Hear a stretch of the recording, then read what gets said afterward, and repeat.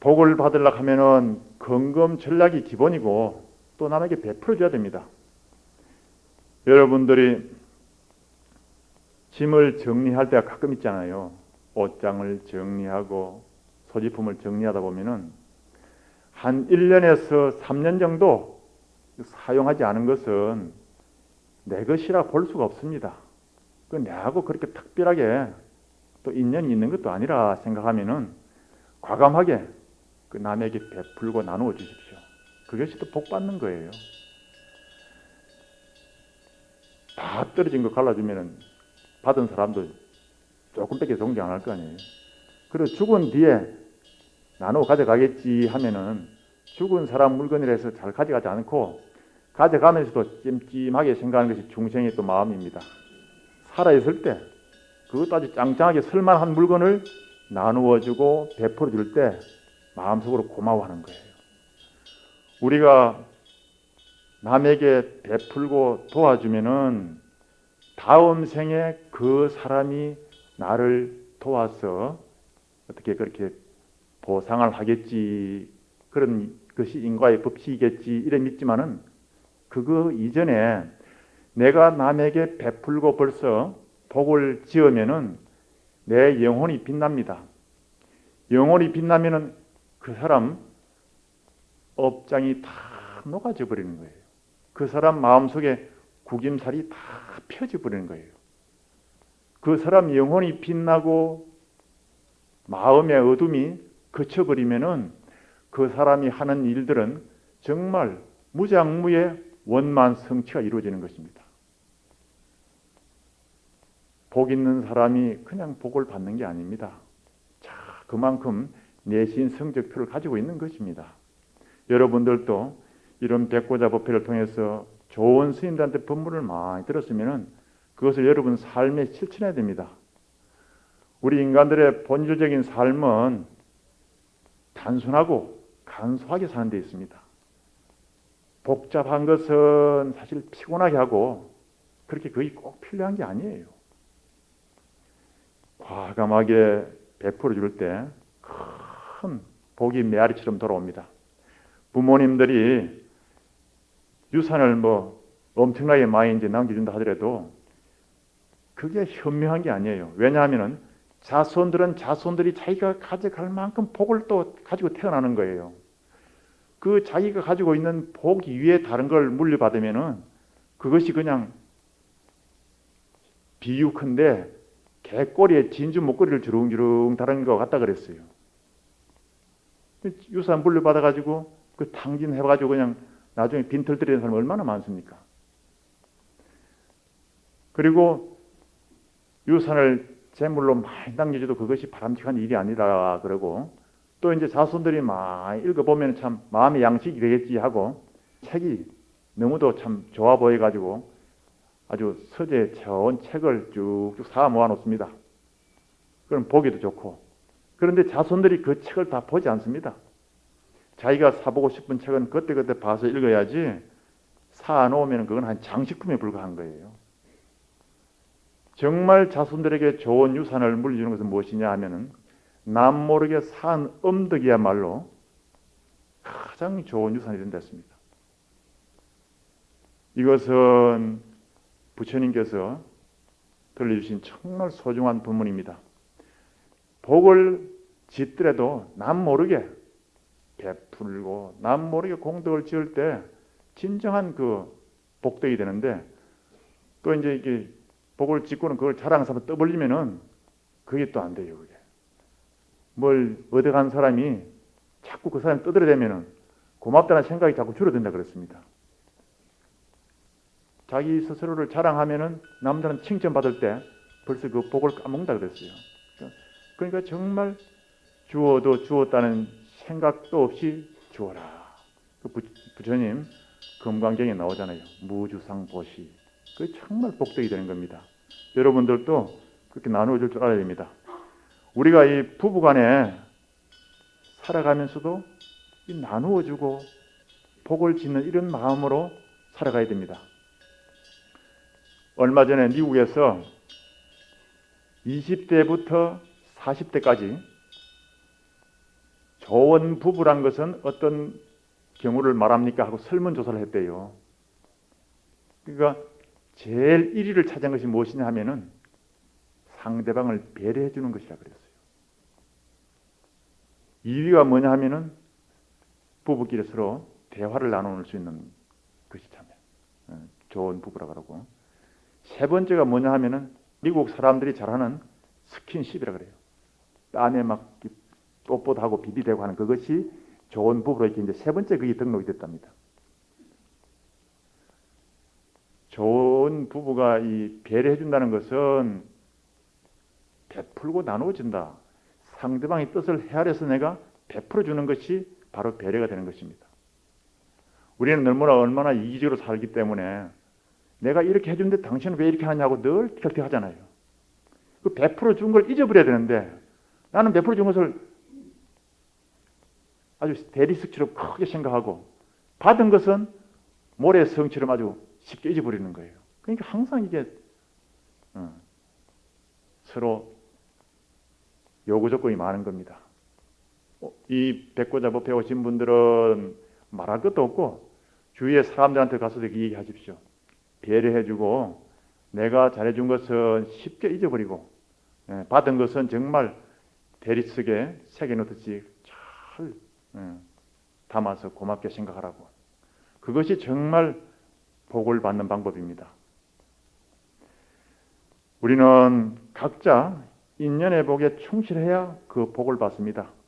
여러분들 지금 살아오는 부부하고 자식하고 또 친인척 이런 인연들이 100%에서 1%만 모자랐더라도 금생의 인연을 안 만들고 다음 생으로 미루어졌을 것입니다. 금생에 그 인연이 100% 맞았기 때문에 어떤 연유로 해서든 이게 그 인연이 이루어지고 성사가 되는 것이에요. 이런 소중한 인연을 생각하면은 정말 상대방을 배려해 줄 필요가 있습니다. 여러분, 사람이 죽고 난 뒤에 제일 못 잊는 것이 뭔지 아세요? 죽고 난 뒤 몸뚱이에서 영혼이 쏙 빠져나왔다. 그럼 제일 못 잊는 게 뭐겠어요? 아주 쉬운데 자기 돈 떼먹은 사람을 못 잊는답니다. 이 몸뚱이 사라졌을 때는 이 몸뚱이 때문에 우리 영혼이 막지를 못해요. 이 몸뚱이에 너무 집착하다 보니까 영혼이 막지를 못한데 이제 운명이 다 돼가지고 이 영혼이 몸에서 싹 빠져나오면은 모르는 게 없이 다 한답니다. 그래서 이제 영혼이 이제 몸에서 이제 푹 빠져나왔으면은 그때 제일 못 잊는 게 뭐겠어요? 내 돈 띠문 놈을 못 잊는 거야. 여기 이제 귀신이 돼가지고 딱 살피면은 조선 천지 어디에 숨어 있는지 다 아는 거예요, 그냥. 그냥 마음에 비행접시를 타고 휙 가는 거야. 가가지고 그 사람 집에 가서 딱 내려다 보니까 내 돈 띠문 가가지고 잘 살고 있거든. 그런데 돈 내라고 건드리니까 대화가 안 돼. 몸뚱이가 없으니까 대화가 안 되는 거예요. 그래 꿈에 한번 나타나 보기도 하고 말이지. 겁을 좀 주도 뭐 어쩔 수가 있나. 그래 안 되겠다 하고 돈 받을 생각을 딱 하고 있는데 가장 좋은 방법이 뭐냐 하면은 그 집에 아이로 태어나는 거예요. 아이로 딱 태어나면은 그렇게 소중한 젖도 막 아끼지 않고 미기 주고 옷도 막 해피고 과일 수업 막 아끼지 않고 막 들여서 막 해주는 거예요.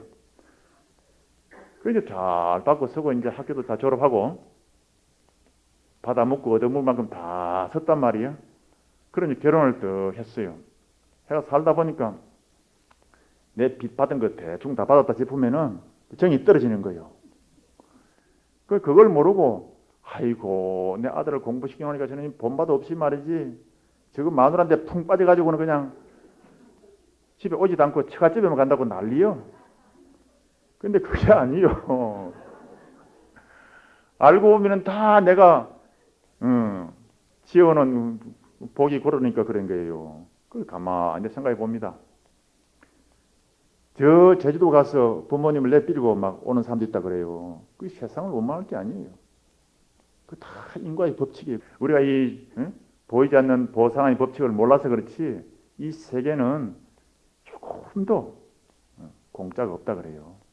그래서 부처님 법에 팔만대장경을 다 뒤집어보고 여기 백고자 스님들 다 청해서 법문 들어보면은 마음 깨달아서 성불해라 하는 거 하고 잘 살아라는 거 그거 말고 다른 말씀 없어요.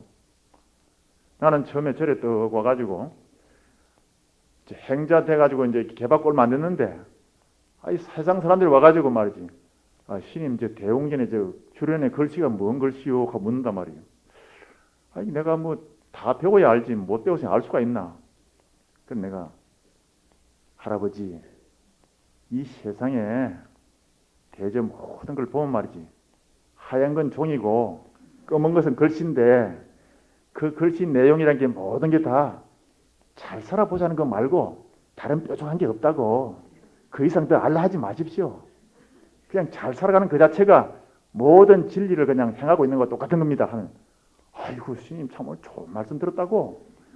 그 내보고 무시 같은 사람이 아무도 없고 아이고 참 그 아주 참 새겨둘 만한 말씀이라고 그렇게 하더라고요. 우리 부처님 법문이라든가 모든 세계 성자들 말씀이 잘 살라고 자꾸 법문을 설하고 설교를 하고 하는 것이지 그것 말고 다른 건 없어요. 잘 살라고 어떻게 해야 되겠습니까?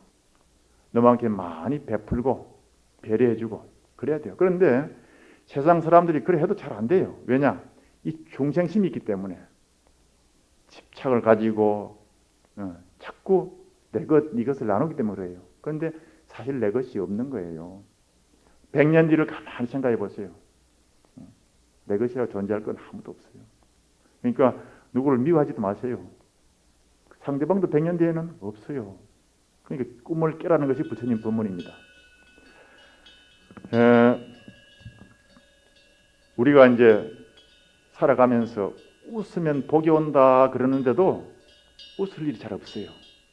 특히 한국 사람들이 외국 스님들이 와서 가만 보면 잘 웃질 않는데요. 항상 뭐 성질 낸 사람처럼 특히 경상도 와서 보면은 말하는 것도 꼭 싸우는 것 같아요. 그래서 겁이 난다 그래요. 그런데 웃으면 복이 온다 그 말이 꼭 맞습니다.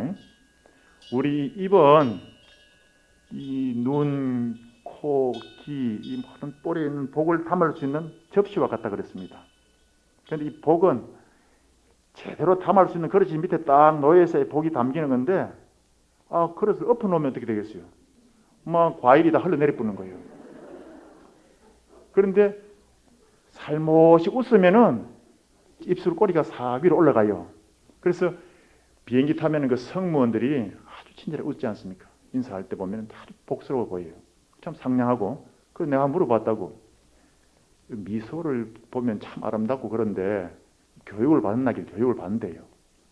그래 하루에 3가지씩 교육을 받는데 한국 사람은 입술이 굳어가지고 잘 안 되니까 제일 처음에 단체로 모아가지고 교육시킬 때 에, 이, 오, 우 한대요. 그러면서 이제 입술을 부드럽게 하고 그래도 잘 안 풀린대요. 하도 이거 굳어 있어가지고 입술 가를 이렇게 밀어 올린대 이렇게 밀어 올리면서 이제 부드럽게 만들어주고 그 다음에 이제 김치 그런데요. 이자 바람이 나면은 빙글에 미소가 띄어집니다.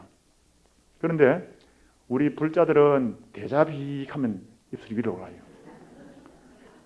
부처님 돌아가신 지가 3000년이 됐는데 우리가 공양을 올려가지고 늘 이렇게 축복의 은혜를 이렇게 기원하지 않습니까?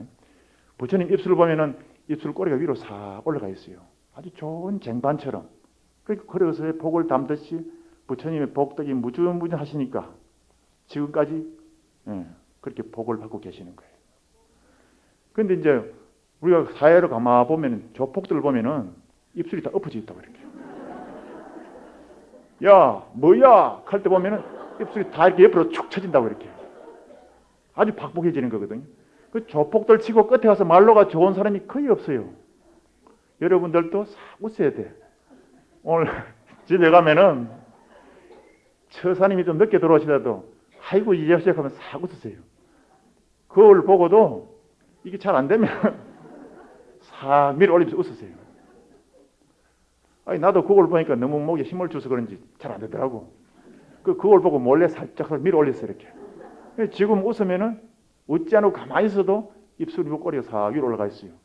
그러니까 복림사에도 배꼽자 오라고 초청을 하더라고. 아니 내가 공부를 많이 했다 하더라도 절집에 와서 뭐 선방에 한 30 이상 땡겼다 하더라도 내가 박복하면은 이런데 부르지도 않을 거 아니에요. 주의심에 앉아서 가만 보면 다 한다고. 그러니까 여기 내가 입술을 자꾸 위로 올려놓으니까 여기 와서 한번 얘기를 해달라 그런 부탁도 받고 그러는 것 같아요. 그러니까 여러분들이 이 세상에 행편이 잘 풀리고 주위의 여건이 좋아지려 하면 일단 나부터 바뀌어야 돼. 내가 웃는 마음으로. 웃으면 복이 온다. 그 말이 옛날부터 내려오는 아주 명언이에요. 내가 가만히 산업 연구하는 사람한테 얘기를 들어보니까 코 양옆으로 난 이 주름 있지 않습니까? 이거 범령이라 그런데요. 그리고 남자들 수염 나는 부분 있잖아요. 입술 위에. 이것이 자기 먹고 사는 논밭이래요. 근데 웃으면은 이것이 옆으로 펑펑하게 좀 퍼져요. 그런데 이제 스트레스 받아가지고 입술을 쭉 내고 있으면은 논밭이 좁아져 뿌는 거예요, 그냥. 그럼 뭐 시어머니가 뭐 좀 잔소리를 하고 뭐 영감님이 좀 잔소리하면은 자기도 모르게 부엌에 가서 입이 쭉 나와 있어 이렇게. 그것을 이제 비유하면 어떻게 되느냐 하면은 나이가 많은데도 밑에 자식들이 말이지 방에 군물도 안 떼줘 가지고 장작제비 떼놓고 군불 집힌다고 후후 불고 있는 거 똑같아요. 그 얼마나 이제 박복합니까? 그러니까 늘 웃고 안 되면 이제 또 자꾸 연습을 해야 돼요. 그 남들이 웃는 모습만 봐도 아주 남도 상대방도 편안해지는 거예요. 또 그게 배려하는 마음이 됩니다. 그 좋은 부분은 서로 보면 그냥 싱글 웃어야 돼. 우리나라 사람들 보면 그냥 입이 그냥 돌아가고 그냥 막 저 원수 그러잖아요. 그거 절대 못 씁니다. 자식이 공부를 잘하든 못하든 항상 소중한 인연으로 생각하고 배려해주는 마음 웃어주십시오. 얼마 전에 수능 시험하고 또 이제 임용고시, 취직시험, 성진시험이 이제 쭉 다가옵니다.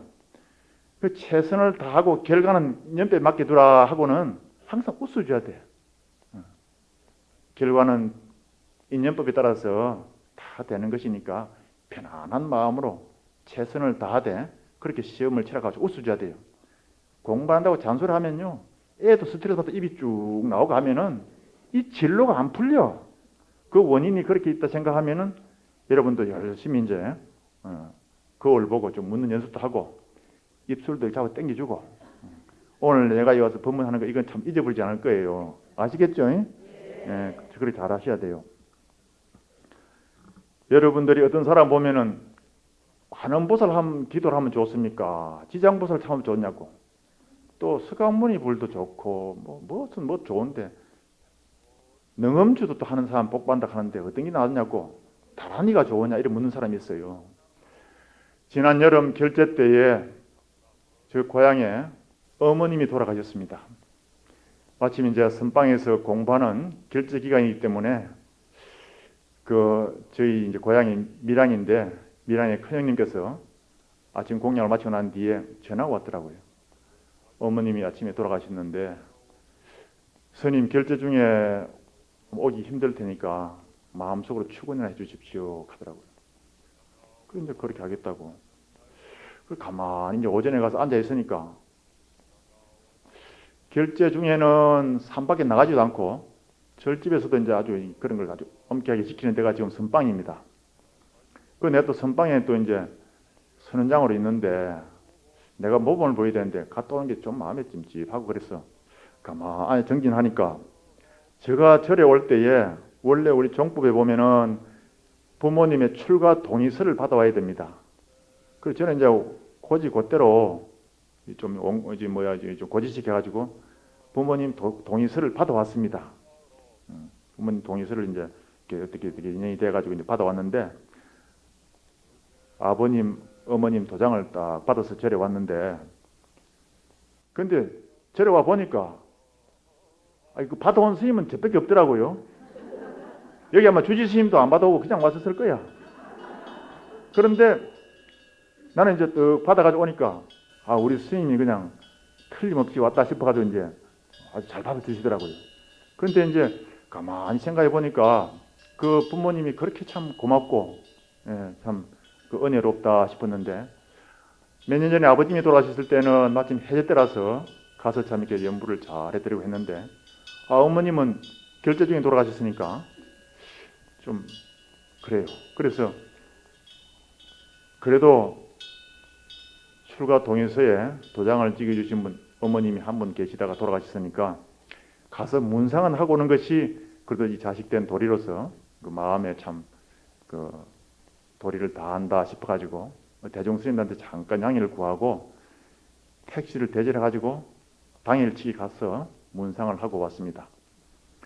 갔더니 이제 그 입관 시간이 한 2시간 남아가지고 그 천수경도 읽고 경도 몇 가지 읽어드리다고 왔는데, 평소에 어머님께서 지장보살을 많이 부르시고 아침 저녁으로 지장경을 독송을 했다 그래요. 그래서 이제 지장보살을 부른다는 얘기를 듣고 제가 몇 년 전에 지장보살 정근을 녹음을 해서 보내드리면은 어머니도 신심이 나가지고 더 연부를 잘 하시겠다 싶어가지고 저 조용한 방에 가서 조그마한 녹음기를 두고 지장보살 연부를 했습니다. 지장보살 지장보살 지장보살 지장보살 지장보살, 이걸 이제 노인네들 가만히 연부를 하는 걸 보니까 숨이 가빠가지고 좀 빨리 하더라고요. 그래서 저도 이제 빨리 이렇게 맞춰서 했는데 앞뒤로 1시간 해가지고 이제 딱 보내드리고 일주일에 전화를 했습니다. 어머님, 제가 보내드린 거 받았습니까? 받았대요. 그래서 들어보고 같이 연부를 하니까 좋지요. 그러니까 아이고 스님 연불 참 좋긴 한데 별로 도움이 안 된다는 거예요. 그걸 왜 그러냐 했더니 어머님은 천천히 연불하는 버릇을 들여가지고 보통 노인네하고 좀 달리 천천히 하시는 모양이에요. 그래 어떻게 하시는데요? 그랬더니 저는 스님보다 템포가 좀 느립니다. 지장보살 지장보살 이란다는 거예요. 그래 가만 보니 그건 뭐 노인들도 다 각자 나름대로 가풍이 있으니까 어머님 하시는 대로 하십시오. 그렇게 해도 참 좋겠습니다. 그랬어요. 서울에 이제 그 손자들 집에 가본다고 갔는데 큰 며느리를 불러라 합니다. 큰 며느리를 불러라 그러니까 형님이 보실 때는 아직 어머님이 뭐 그렇게 기력이 떨어진 것도 아니고, 그래서 얼마 전에 또 이제 병원에 응급실 한번 갔다가 또 퇴원해 오신 분이고 하니까 그때보다 기력이 좋다 싶어가지고 부르질 않았대요. 그래서 이제 저녁에 되니까 형수가 돌아왔더랍니다. 어떻게 연락도 아닌데 오셨냐 하기는. 그래서 부산 친정에 갔다가 그냥 막 자고 가라는데도 마음이 내켜서 왔다 하면서 왔더랍니다. 그래 어머니 아침부터 찾더라고. 그래 이제 문을 열어보니까 어머니 왔습니다. 그러니까 그 누워서 이제 기력이 떨어지니까 손을 들어서 이렇게 이제 왔냐고 이렇게 하시더랍니다. 그 이따 아침에 무슨 죽을 끓여주면 좋을까 싶어서 죽을 쑤어주기 위해서 문을 열고 어머니 무슨 죽을 드시고 싶습니까? 물으니까 대답이 없더래요. 그래 가서 이게 손을 만지면 손이 좀 차더래요. 발을 만져보니까 발도 차. 가슴을 만져보니까 가슴은 따뜻하더래요. 그래서 좀 상황이 급한가 보다 싶어서 119를 부르고 보건소에 전화했더니 그게 이제 간호사하고 와서 보더니 진찰을 떼어 하더니 돌아가셨습니다 하더래요. 참 가실 때 잘 가신 거예요. 고종명이라고 하는 것이 마지막 잘 가는 걸 보고 일하는데 그 오복 중에 마지막에 그 임종을 잘하는 것, 그것이 5가지 복 중에 하나로 들어갑니다. 그래 고종명이라 그럽니다. 그 어머니께서 평소에 지장보살을 그렇게 부르고 지장경을 읽고 하시면서 그렇게 마음을 쭉 집중을 해놓으니까 가실 때 잘 가신 게 아닌가 생각이 듭니다. 그래 이제 그 노스님 얘기를 들으니까 마지막 영혼이 머리를 빠져나가면은 머리에 온기가 남아있답니다. 그럼 머리로 빠져나간 그 영혼은 불도의 세계로 간답니다. 그리고 가슴을 빠져나가면은 다시 환도 인생한답니다. 사람으로 태어날 수 있는 그런 인연이 있답니다. 근데 다리로 빠져나가면 안 좋다 그래요. 다리로 빠져나가면은 축생으로 가다든가 이 또 안 좋은 그런 그런 인연으로 태어난답니다. 그래서 다시장이 이제 가슴이 그것도 모르고 가슴을 만져보니 가슴이 따뜻하다 하길래 어머니 다시 태어나서 열심히 수행하시면 좋겠구나 그런 생각을 했습니다. 왜 이런 얘기를 하나 하면 여러분들도 마음의 중심을 잡고 한 가지 연부를 꾸준히 하십시오. 참선 정진도 꾸준히 하시면 좋으시고, 그리고 선수련대에 가서 꼭 한 일주일씩 배터리를 충전해가지고 집에서도 정진하는 시간을 가지면 좋습니다. 마지막으로 제가 부처님의 가르침 그 많은 개송 중에서 대표적인 개송, 저는 법회 때마다 이 개송을 참 많이 들려줍니다. 이 개송을 들려드릴 테니까 여러분 합장하십시오. 소리에 놀라지 않는 사자와 같이 거물에 걸리지 않는 바람과 같이 진흙에 물들지 않는 연꽃과 같이 무소의 뿔처럼 혼자 서가라.